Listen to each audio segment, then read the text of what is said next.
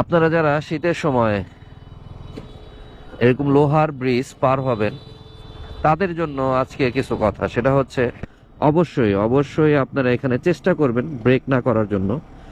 কারণ লোহা ব্রিজগুলোতে যখন এরকম কুয়াশা থাকে, দেখেন কি ভেজা, বোঝা যাচ্ছে কিনা জানি না, এই ভেজার কারণে অনেক স্লিপি হয়ে থাকে।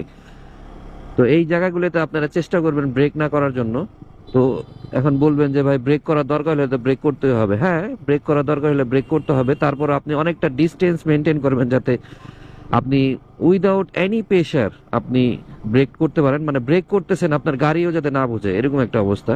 যেমন একটু স্লো করতে হয়েছে, এই যে ইঞ্জিন ব্রেকে রাখছি, এরকম ভাবে পার হবেন। না হলে দেখা যায় এখানে আপনি মানে স্লিপ করে পড়ে একটা দুর্ঘটনার শিকার হবেন। এতে আপনার বাইকেরও ক্ষতি হবে, প্লাস আপনারও ক্ষতি হইতে পারে। সো এইসব ব্রিজগুলিতে একটু সাবধানে, যতটুকু ব্রেক না করে স্লোলি যাওয়া যায়।